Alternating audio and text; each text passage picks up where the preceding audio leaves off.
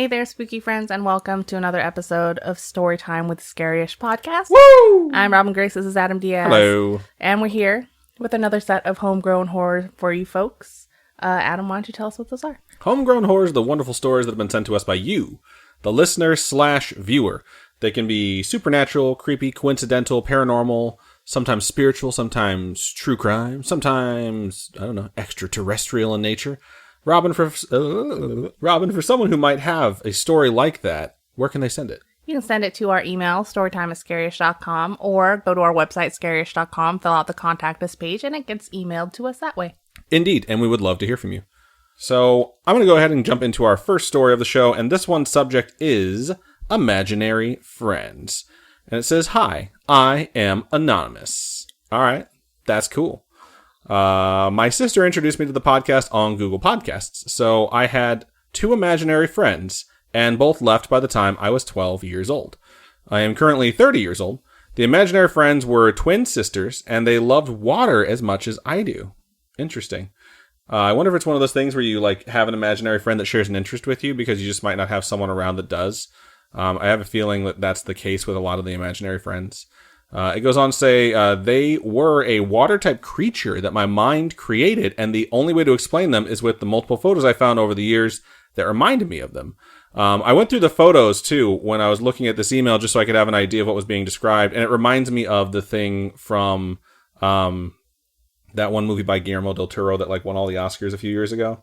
Pan's Labyrinth? No, not that one. I was going to say The Life Aquatic, but that is not him at all. Shape of Water. Shape of Water. I think it's more like a Shape of Water type thing, or a water genasi for those of you who play D&D. Thought that might be a little bit too deep cut. The email goes on to say, also, I remember almost everything that has happened to me since the age of 4 years old. They loved asking when we could swim and when it was okay for us to play around, because I am autistic and the teachers kept telling me to be quiet or sit still a lot. The thing with autism, our brains work differently and process things in a different way, so it's not like I was crazy. My mind just decided to make these 2 girls up and make it easier to deal with teachers telling me to shut up. At least that's what my parents tell me. And that's the end of that one. So I know we've had a lot of folks reach out to us since the beginning of the show, because I remember the first or second episode, we were like, if you've had an imaginary friend, tell us about them because we want to hear about them. And they all seem to be pretty much geared towards you create a friend that enjoys the things that you enjoy. Mm-hmm. We haven't really had a whole lot of them that came through that was you created a friend who was really mean to you or anything like that. So I think that would be the rare thing. But overall, I think it's fairly common, even though it's something that I had never experienced growing up. So I've never had an imaginary friend either, but a lot of people do. And I don't know if it's just something that maybe protects you from the outside world, right, or the fact that you don't have siblings or you don't have friends. You know what I mean? Everybody has reasons for these different things. Maybe it was a demon. You never know. What the fuck is wrong with you? Thank you for sending that in. We will go ahead and move on to the next one. All right. So this next email begins, "Hi, guys. Hello. We're the guys. My name is Sarah. I've previously written to you, but it's been probably 2 years or so. Oh, shit. We've been doing this show for 4 years, dog. Almost 5. It's over 4. We're approaching 5 years on the show. Okay. I wrote about visiting the Winchester Mansion and how I may have experienced a polite ghost in the bathroom who said bless you to my mom. All right. Anyway, before I get into my story, I want to share a quick little funny story that happened whilst listening to Scary-ish a while back. I was working at a lab. I'm a cell biologist. Freaking cool. And sometimes cells can be like babies, where you have to treat them very carefully. You have to feed them, quote unquote, feed them during inconvenient hours, watch them grow, experience joy with them, etc. Excuse my nerdiness.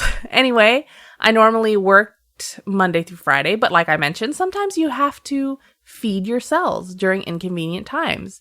And this week, I had to go in on a Sunday to change their media, aka their food, amongst other things. So their food is normally like villagers, right? And they absorb it through their tails, and then once they get Android 17, they go to their semi-perfect form, and then once they get Android 18, they go to their perfect form. Dragon Ball Z reference. He's talking about the character named Cell. Cell is one of the greatest anime villains of all time. Just putting it out there. He's fucking awesome. You can make that face all you want. I said it. Do you not remember when Nicholas Wolfwood died in Trigun? I cried. Okay, cool. I cried when Goku died trying to defeat Cell, and then he came back anyways as Super Perfect Cell. Who saw that shit coming? Anyways, let's get back to the email. Spoilers. Oh shit, those are There's a lot of spoilers. Yeah. It's alright. These shows are from like the 90s. If you haven't watched it yet, fuck. It's a bit different for anime though, because sometimes people get into anime and then they just start watching shit, you know? Oh, yeah. It's not like something where it's like, oh yeah, that movie came out. You've had plenty of opportunity to watch it. Like Crunchyroll hasn't been around that long. So, alright. I've had my Crunchyroll subscription for at least 12 years. 12 years? So? It's not like every movie that you say, like, it came out in the 90s. Like, anything that came out in the 90s probably just became accessible to people, like, at earliest 12 years ago, unless they went to, like, you know, the effort of buying them online and sending a guy, like, $300 in cash. Adam did that! Having him send you, like, 40 VHS tapes. Oh, my God! All right, let's read this email, please. Okay. I can't believe you did that. I have the option to go whenever is convenient for me, but also keeping in mind that my cells can't overgrow on top of each other because it causes problems. I won't go into too much detail as it is probably not as exciting to most as it is for me. I'm curious how these cells grow. Too. It sounds like they're doing a lot of stuff. They're like cells at work. So it's another anime. God fucking damn it. Cells at Work is pretty cool too. Check it out. Yeah, y'all should watch Cells at Work. My cells can't overgrow on top of each other because it causes problems. I already read that. I won't go into too much detail as it is probably not as exciting as... Oh, I already read that too. It was more often than not more convenient for me to go Sunday nights. And it was always better that way because I was because I was alone and I wasn't obligated to wear a mask and I could listen to Scary-ish without headphones. Let me also just say that the lab is scary at night and especially eerie because it's not quiet per se. Because the sound of machines like freezers, fridges, and incubators, and hoods humming and beeping, it's definitely spooky. I was fixing some cells to stain them. I'm just thinking now because Miley's taught us so much about staining cells and whether or not their cells, like their membranes are thin, is how the dye gets in. And they're like different cells get painted different colors. It's cool. That's neat. Yeah.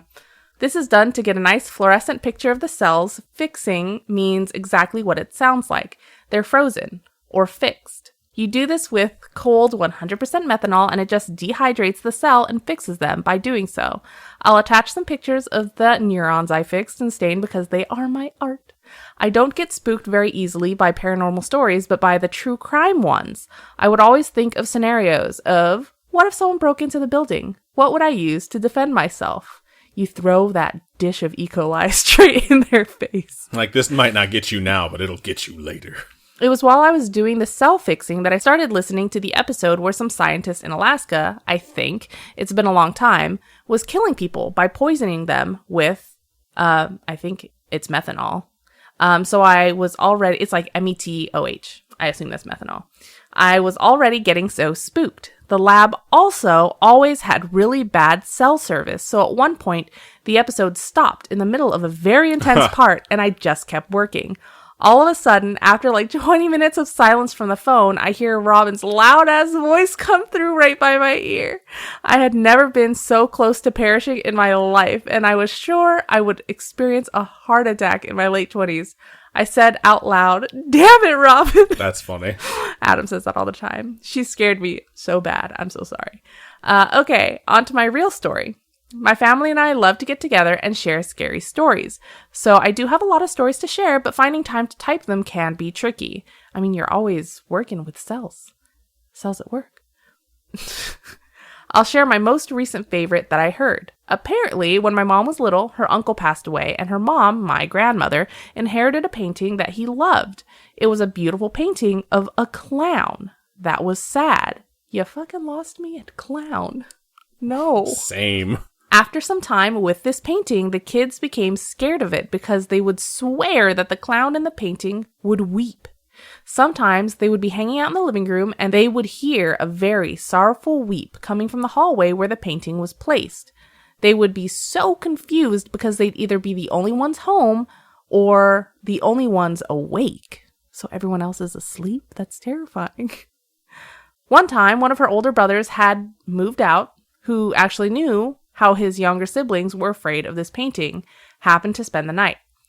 He wasn't afraid of the painting because he just chalked it out to be his siblings' imaginations.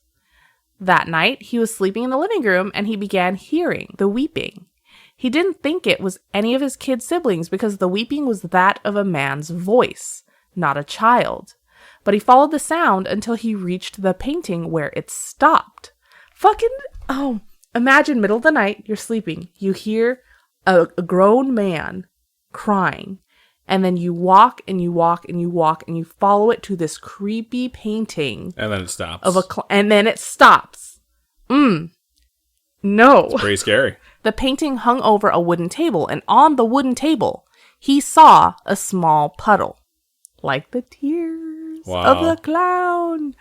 Needless to say, he was freaked out and probably refrained from spending the night on that couch again. This was not the only encounter with a puddle being found on the table after hearing the clown weep. There were also several testimonies of my mom and her siblings where the clown seemed to change his expression sometimes, from being sad to being almost angry, and just different intensities of sadness.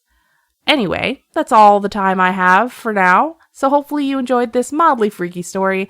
I searched through Google for hours trying to find the painting of the clown, and after pulling up different paintings, I think we have a winner. I literally sat down and was like, is this the one? And they'd be like, nah.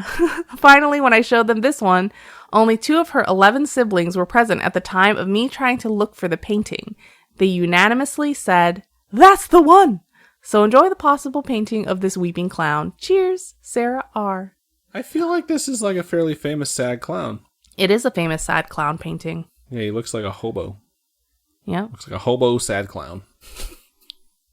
There's lots of those going around, I'm sure. Yeah, I would definitely be terrified if I heard the sounds of someone crying and then I got to this painting and that's all I saw. Yeah. I'd also probably throw it away despite the sentimental value. I wouldn't just throw it away. I would set that on fire. Yeah. Probably have to do that to get rid of the demons because But it's terrifying. maybe you could make a bunch of money off of it. I don't know. Maybe.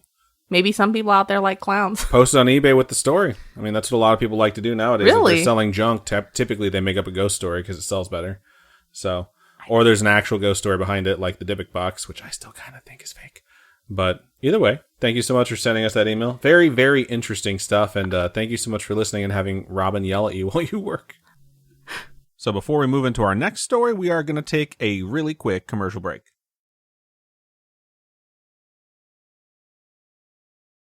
And we're back. All right, so we're going to go ahead and move into our third email of the show while Robin stares angrily at me. And this one's subject is, read on the podcast, the Berlin Kempinski Hotel. Think I said it right. And it goes like this. Hi-yo, Scary-ish family. Hi-yo. Hi-yo. Hi-yo. Oh. It's off to work week. All right, so if you're part of the Scary-ish family, which is everyone that listens to the show, you have to start singing hi-ho, it's off to work we go, except with hi-yo as the words instead. See how far you can get before you forget the lyrics. Anyways, it goes like this. It's been a while since I've written in. Okay, this is a long one, so strap on and let's go. I was going through some old letters and journals of mine and nearly forgot about an amazing moment that happened to me when I visited Berlin, Germany. That'd be a cool place to visit. I agree. I would love to go to Germany. I wouldn't speak the language, but I'm sure they all speak English because they're brilliant people over there. It goes on. When I was a fresh college graduate, I was very lucky to be able to take the time and visit Berlin, Potsdam, and Munich. Don't you find it absolutely fascinating that all the other countries in the world have to learn how to write and speak English? They don't have to. They just do. So I do find it amazing that anyone is bilingual and it's so common around the world. It really makes me wish, one, that my father would have taught me Spanish when I was younger, and two, that I would have taken the ambition to learn Spanish the older I got, at least Spanish. I wish I spoke like 4 or 5 languages by now. Me too. But anyways, let's keep going. All right, they visited Berlin, Potsdam, and Munich. I went with my aunt's family, who are from Bel Air, and paid for my entire trip, so I often joke that I'm a princess of Bel Air. During this trip, that's hilarious because it's where my head went, but I wanted to let you say it first. During this trip, we visited both Germany and France, but this story time is about the Kempinski Hotel in Berlin, Germany, just next to the Brandenburg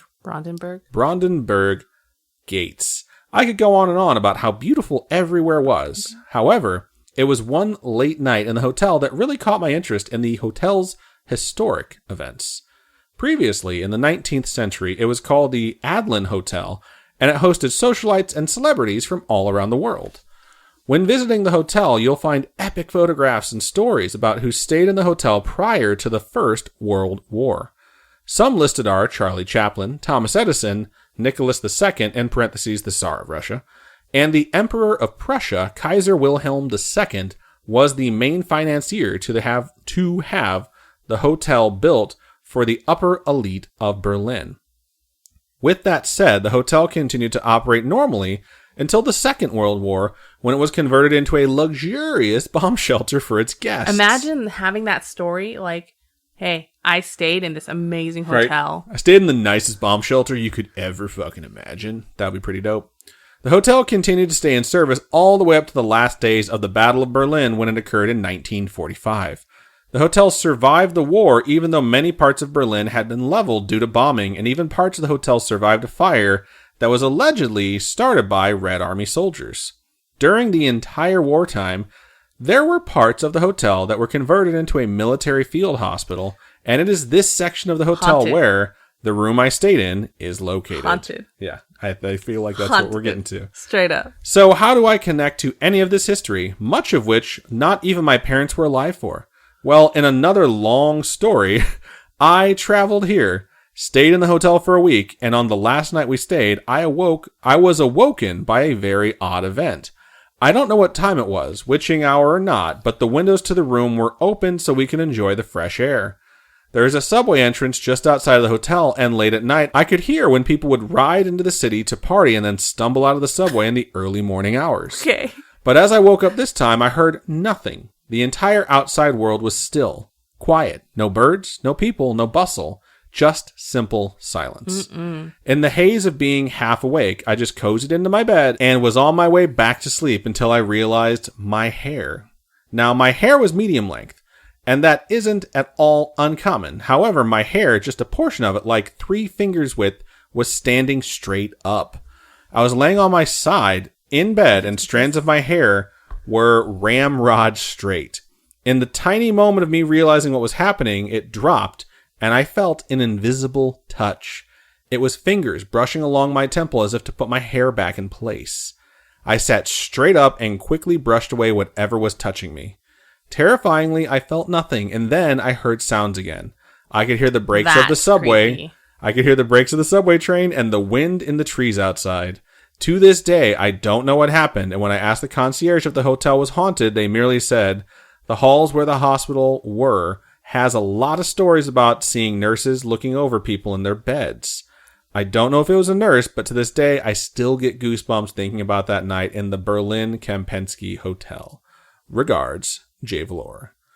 Thank you so much for sending that. That sounds like a horrifying experience. The idea that invisible hands like brushed your hair, you know? It was like holding your hair and then brushed it once you realized what what if it was happening. like the ghost of a soldier who was like Sniffing the hair. your I thought sniffing the hair immediately too, so that's I mean, I guess we're both creeps, or we just like anticipate creepiness. Have you ever watched Charlie's Angels? The one with Lucy Liu? No, I've never watched any of the Charlie's Angels, but it has that one skinny guy yeah, who likes people's who like hair, right? rips the hair out and just goes. It's Marty like- McFly's dad, for those of you who don't know, from Back to the Future. Is it? Yeah, it's Wow. 100% him.